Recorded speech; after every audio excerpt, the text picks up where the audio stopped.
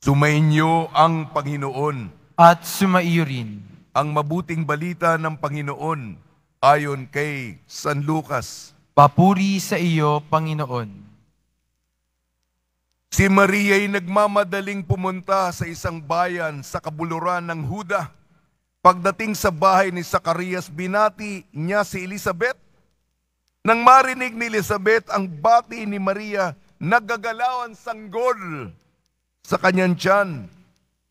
Napuspos ng Espiritu Santo si Elizabeth at buong galak na sinabi, "Pinagpala ka sa babaeng lahat, at pinagpala rin ang dinadala mo sa iyong sinapupunan. Sino ako upang dalawin ng ina ng aking Panginoon? Sapagkat pagkarinig ko ng iyong bati ay naggagalaw sa tuwa ang sanggol sa aking tiyan. Mapalad ka sapagkat nanalig kang matutupad ang ipinapasabi sa iyo ng Panginoon." At sinabi ni Maria, "Ang puso ko'y nagpupuri sa Panginoon at nagagalak ang aking espiritu dahil sa Diyos na aking tagapagligtas, sapagkat nilingap niya ang kanyang abang alipin. At mula ngayon ako'y tatawaging mapalad ng lahat ng salinlahi. Dahil sa mga dakilang bagay na ginawa sa akin ng makapangyarihan, banal ang kanyang pangalan. Kinahahabagan niya ang mga may takot sa kanya sa lahat ng salit-saling lahi. Ipinakita niya ang lakas ng kanyang bisig. Ipinangalat niya ang mga palalo ang isipan. Ibinagsak niya ang mga hari mula sa kanilang trono at itinaas ang mga nasa abang kalagayan. Pinusog niya ng mabubuting bagay ang mga nagugutom at pinalayas niya wala ni anuman ng mayayaman. Tinulungan niya ang kanyang bayang Israel bilang pagtupad sa pangako niya sa ating mga magulang kay Abraham at sa kanyang lahi magpakailanman. Tumira si Maria kay na Elizabeth na may 3 buwan at saka umuwi. Ang mabuting balita ng Panginoon. Pinupuri ka namin, Panginoong Hesukristo. Magsipo muna tayong lahat. Isang mapagpalang Biyernes po sa ating lahat. Hihingi po ako sa inyo ng dispensa sapagkat pinipilit ko lang po yung boses ko. Ito mga nakaraang araw ay parang hindi maganda ang timbre. Medyo sinisipon po ako. Hindi naman sa nagyayabang. Ako po'y nasa misyon sa malayong lugar. Malayong lugar. Doon po. Sapagkat pinupuri natin ang kalinisan ni Maria. Alam niyo ba yung malinis? Kung saan ako nagmimisyon, malinis ang hangin. Malinis ang hangin. Iilan lang ang tao. Sa totoo lang, di katulad natin dito, napakadami natin dito. Sabi ko nga, English doon, Lunes hanggang Biyernes, the Lord be with you. Walang sumasagot. And only with me. Ayun, ako lang nagmimisa mag-isa. Sabado, may 3 o 5. Mabuti naman kung linggo, may 25-30.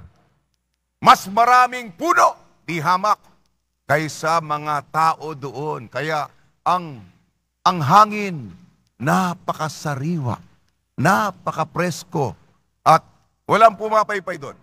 Ay dito, paypay. Marami na tayong malalaking mga parang helicopter na mga electric pan. Doon ay napakalamig. Dito, positive 40, positive 50 doon. Minus 40, minus 50. At sariwa din ang tubig. Sariwa doon. Kasi galing pa sa tuktok ng bundok, punong-puno ng niebe pag natunaw. Ayun. presko. Kaya sinasabi ko lang yung kalinisan ng kalikasan. Malinis na tubig, malinis na hangin. Kaya medyo yung aking boses. Pero, ayan, para sa kanya. Pero nagpapasalamat, nandito ako. Araw-araw ako sumusubay. Malungkot po doon. Malungkot. Ay, namimiss ko po kayo. May cellphone ako. Yung online na misa ng Quiapo. Yan na. Nandiyan na. Nako, yung, siyempre maliit lang yun. Tapos, nababanagan mo yung maliit na Nuestro Padre Jesus Nazareno. Yun siya. Nagdadasal ako. Inaalay yung intensyon. Ngayon, malapitan. Malapitan, ha? Nakikita ko yung mukha niya. Tayo mga banidoso, konting tigyawat lamang. Naku, sa salamin. Buti ngayon, may butas-butas pa ba mga mukha ninyo? Anong panahon namin, laki. Mga butas, matigyawat daw, di ba? Pag nakwan, ngayon, di ba? Ngayon wala na, may mga kwan na ngayon. Di ba? Wala nang butas-butas sa mukha, pero ewan ko naabutan yun. Nakakaya. Yung iba may pantal, o may balat sa mukha. Hinahiya natin. Ang ating Panginoong Jesucristo, nakikita ko ng malapitan sa mukha natin. Sa mukha natin na tayo'y mga banidoso, gusto natin maging gwapo, gusto natin maging maganda, ayaw natin, gusto na makinis, mala-artista. Dahil sa ating piniling kasalanan, pinapangit natin at pinaitim natin ang pinakamamahal nating Pong Jesus Nazareno. Yan ang nakikita ko po. Dumako muna ako sa ating kapistahan. Pagdalaw. Opo, dinalaw ni Maria ang kanyang pinsan na si Elizabeth. Mas mahalaga na dinalaw tayo ng Diyos. Ang pagdalaw niya, ang pagdalaw ng kapatawaran. Iniintindi tayo ng Diyos. Binibisita tayo ng Diyos. Siya pa ang pumupunta sa atin. Isipin niyo yun. Tayong tao, yung mga lumiligaw, ang nililigawan yung mga pinakamaganda. Di po ba?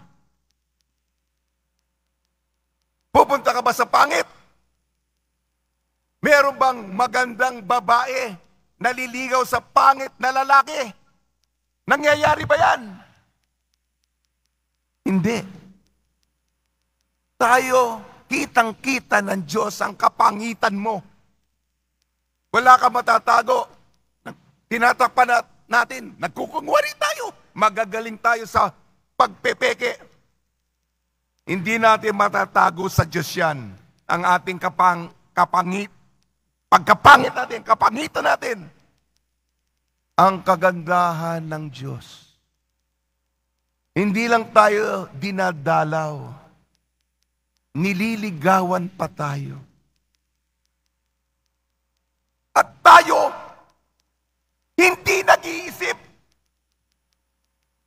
Kung nililigawan ka ng napakagandang babae, ang pangit-pangit mo at hindi mo pa sinagot, ewan ko sa'yo. Pero yan ang ating ginagawa. Hindi sa Diyos. Isipin nyo lang yun. Isipin nyo lang yun. Ayun po yung pangmalawakan. Kahapon po, pinasermon nila ako. Sapagkat ako'y masunurin. Ako'y pinapakain dito, nakikitira, nakikitulog. No choice. Gagawa. Yan. Ay, inulit nila yung aking sinermon. Akin yan ah. Yung bisitasyon. Yan. Original ako ha, original ha, sister ha, original ha. Ito yon, yung Fatima Prayer, Fatima Prayer. Ay, kabisado ko sa Ingles. Yung, tabas ko naman ay rosaryo. Siyempre. Oh, may rosaryo ba kayo? Yan. Pagkatapos ng misteryo. Oh my Jesus, forgive us our sins. Save us from the fires of hell. And lead all souls into heaven, especially those who need most of thy mercy. O Jesus ko, patawarin mo ang aming mga sala. Iligtas mo kami sa apoy na impyerno, hanguin mo ang mga kalwa sa purgatorio, lalong-lalo na ang walang nakakaalala. Yan ang ating mahal na Biring Maria. Lalong-lalo na ang yung mga walang nakakaalala. Sa English, those whom nobody remembers. Mahal na Birin, inaalala tayo. Alam nyo ba yan? Yung mga patay nakalimutan na. Wala na nagtitirik ng kandila. Wala na naglalagay ng bulaklak. Ang mahal, sapagkat ang kapakanan, gusto niya lahat ng anak niya mapunta ng langit. Hindi mas sa impyerno, mapabilis ang purgatorio. Yun po. Fatima Prayer. Yung walang nakakaalala. Inglesin natin. Oh my Jesus, forgive us our sins, save us from the fires of hell, and lead all souls to heaven, especially those who need most of thy mercy. Lalong-lalo na yung mga dapat patawarin. Lalong-lalo na yung mga dapat patawarin. Isipin nyo lang yun. Pinagdadasal ni Maria yun ng taimtim. Yung mga kailangan ng dapat patawarin. Una, yung mga walang nakakaalala, yung mga nalimutan na. At yung iba, sobrang bigat ng sala. Yun ang taimtim na dasal ni Maria. Ipo. Panghuli. Nandun po tayo. Alam ko, Basilika at Dambana tayo ng Pong Jesus Nazareno. Ngayon, ito rin po ay parokya ni, sana may boses pa ako, ni San Juan Bautista. Ang unang bumati kay Jesus, di pa siya sinisilang, di pa siya pinapanganak, ay ang ating patron, San Juan Bautista. Ano na ba? Ay, Mayo pa pala. Kasi yung buwan ng Hunyo, yung nobinaryo ng kamahal-mahalang puso ni Jesus, yung nobinaryo kay San Juan Bautista, ay minsan nagkakaabot-abot. Para kay San Juan Bautista po, sana ganun po tayo. Ay lumulundag. Kasi si Maria kumakanta, nagkakarwoke. Hindi maganda yung boses ko. Ang puso ko'y nagpupuri. Pero si Juan, umiindak. Si San Juan Bautista, lumulundag. Yung ganyan yung ibig sabihin, excited, anticipating. Talagang, ito na. Yung pa. Yan ang, sana ganyan po tayo mga kapatid. Tama na. Sa tulong ni Maria at ni San Jose, naway, ang puso natin nagpupuri sa kabutihan ng Diyos. Ang Diyos ay napakabait at tayo'y tumanaw ng utang na loob sa ating pinakamamahal, Nuestro Padre, Jesus Nazareno. Amen.